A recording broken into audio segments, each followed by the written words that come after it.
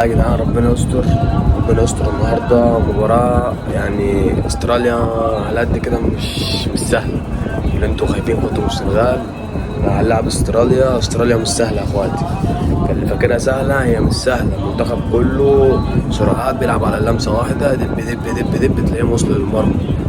فربنا يستر. النهارده الساعة 9 خلاص، يعني كمان نص ساعة والماتش يشتغل. دعوات بالمصريين، دعوات 120 مصري مليون، يعني بقى دعواتكم بالله عليكم. وعايزين ال 11 لاعب اللي هينزلوا باذن الله. تشكيل متوقع: شوبير، محمد هاني، طبعا فتوح مصاب هيلعب، كريم حافظ هيلعب في الاثنين قلب دفاع. يعني ما فيش غير حمدي فتحي ممكن ورام ربيعه، يعني حمدي فتحي وياسر ابراهيم. قدامهم محمود صابر، مروان عطيه، وامام عاشور.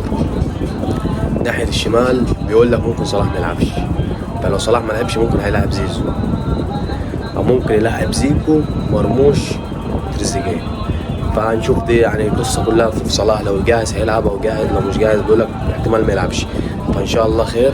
فباذن الله يعني دعواتكم معانا النهارده نعدي. لو عدينا النهارده تبقى فرحه يا جدعان، فرحه يعني محدش يوصفها. يعني احنا لو عدينا استراليا ورحنا لعبنا الارجنتين، ده هيبقى ماتش عالمي يا جدعان، هيبقى ماتش عالمي.